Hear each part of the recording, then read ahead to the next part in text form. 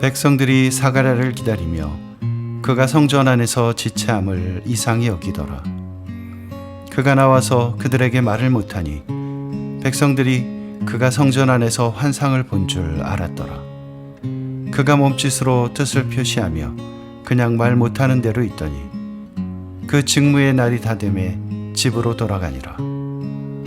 이후에 그의 아내 엘리사벳이 잉태하고 5달 동안 숨어 있으며 이르되 주께서 나를 돌보시는 날에 사람들 앞에서 내 부끄러움을 없게 하시려고 이렇게 행하심이라 하더라. 사가랴는 말 못하는 채 성전 직무를 다합니다. 그리고 그 시간에 하나님도 그를 위해 일하십니다.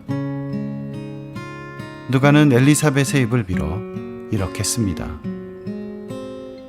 주께서 나를 돌보시는 날에 사람들 앞에서 내 부끄러움을 없게 하시려고 이렇게 행하심이라. 이 고백은 우리의 삶에도 큰 울림을 줍니다. 여러 가지 어려움으로 말할 수 없는 지경에 처할 때가 있습니다. 우리의 믿음 때문일 수도 있고 억울함 때문일 수도 있습니다. 답답할 것입니다. 하지만 그때에도 우리는 주님의 맡겨주신 일들에 최선을 다해야 합니다. 같은 시간에 주님은 우리를 위해 일하십니다.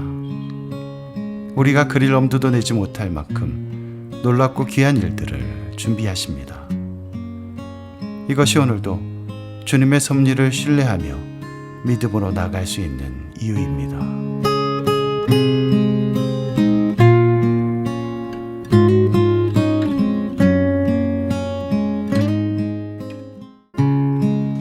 여섯째 달에 천사 가브리엘이 하나님의 보내심을 받아 갈릴리 나사렛이란 동네에 가서 다윗의 자손 요셉이라는 사람과 약혼한 처녀에게 이르니 그 처녀의 이름은 마리아라.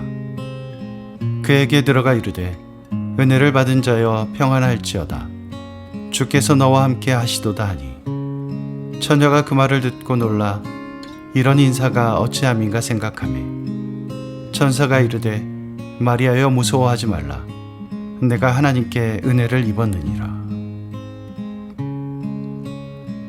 장면이 갑자기 바뀌어 갈릴리 나사렛이란 동네에 사는 마리아가 등장합니다.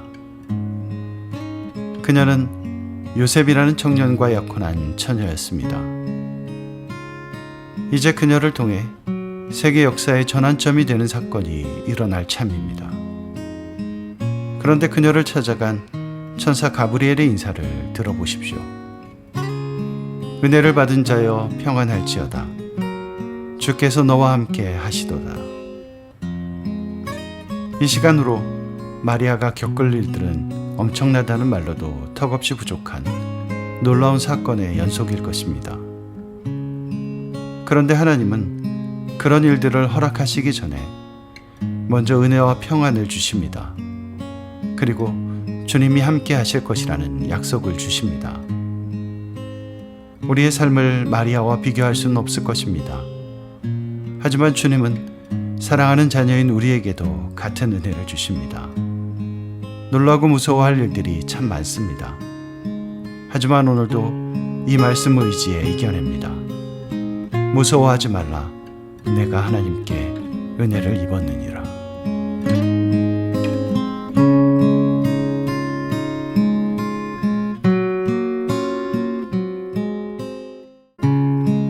보라 내가 잉태하여 아들을 낳으리니 그 이름을 예수라 하라.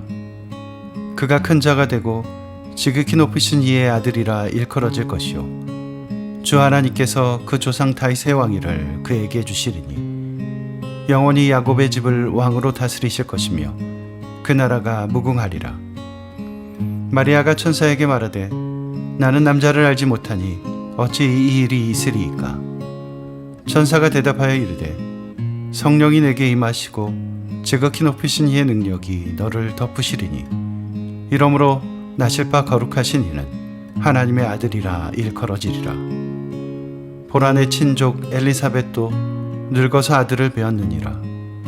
본래 임신하지 못한다고 알려진 이가 이미 6달이 되었나니 대저 하나님의 모든 말씀은 능하지 못하심이 없느니라.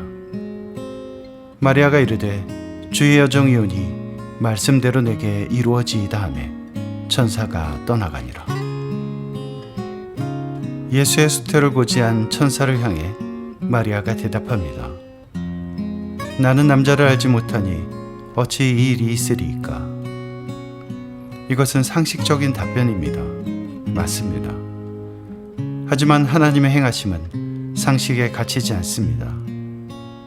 성령이 내게 임하시고 지극히 높으신 이의 능력이 너를 덮으리니. 물론 예수님을 잉태한 처녀 마리아의 일은 단 한 번밖에 없는 특별한 사건입니다.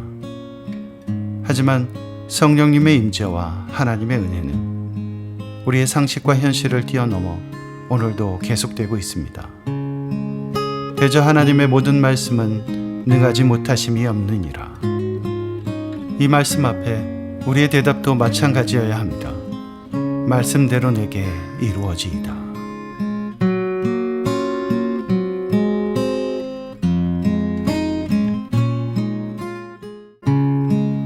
이때 마리아가 일어나 빨리 산골로 가서 유대 한 동네에 이르러 사가랴의 집에 들어가 엘리사벳에게 문안하니 엘리사벳이 마리아가 문안함을 들으매 아이가 복중에서 뛰노는지라.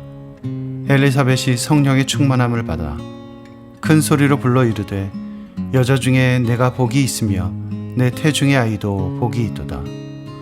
내 주의 어머니가 내게 나아오니 이 어찌 된 일인가. 보라, 내 문안하는 소리가 내 귀에 들릴 때에 아이가 내 복중에서 기쁨으로 뛰놀았도다. 주께서 하신 말씀이 반드시 이루어지리라고 믿은 그 여자에게 복이 있도다. 마리아는 천사를 통해 전해진 하나님의 말씀을 믿음으로 받았습니다. 그렇다고 그 일이 쉬워지는 것은 아닙니다. 천사가 떠난 후 마리아는 빨리 일어나 사가랴의 집으로 행합니다. 여기서 빨리는 속도보다는 간절함이라는 의미를 담고 있습니다. 무엇이 마리아의 마음을 그렇게 간절함으로 채웠을까요? 45절입니다. 주께서 하신 말씀이 반드시 이루어지리라고 믿은 그 여자에게 복이 있도다. 마리아는 하나님의 말씀이 이루어지고 있다는 것을 확인하고 싶은 간절함이 있었던 것입니다. 그 간절함에 복중의 아기가 뛰어놀고 성령의 충만함이 엘리사벳에게 임하는 역사가 일어났던 것은 아닐까요? 오늘 우리에게도 그런 간절함이 있었으면 좋겠습니다. 주께서 하신 말씀이 반드시 이루어지리라는 믿음으로 삶의 기적을 만드는 우리 모두가 되기를 소망합니다.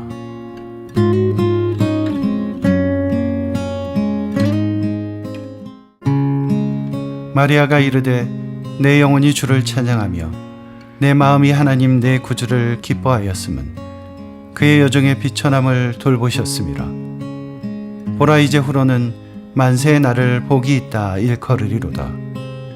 능하신 이가 큰 일을 내게 행하셨으니 그 이름이 거룩하시며 긍휼하심이 두려워하는 자에게 대대로 이르는도다.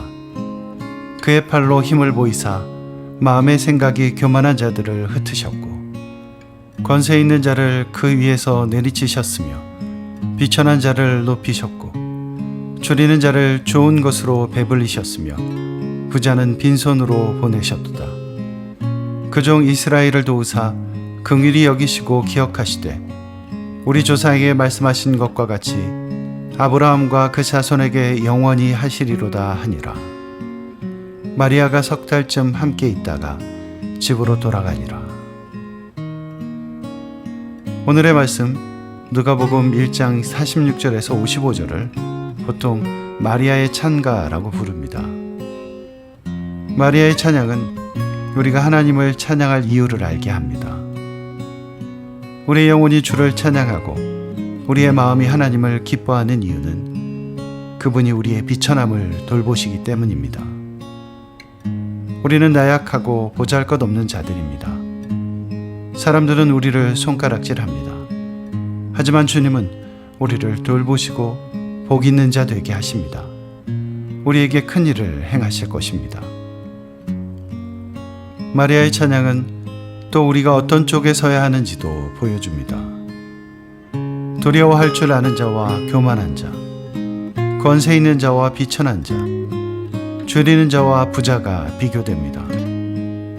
주님의 도우심과 긍휼히 여김을 받는 자들이 누구인지 살펴봐야 합니다.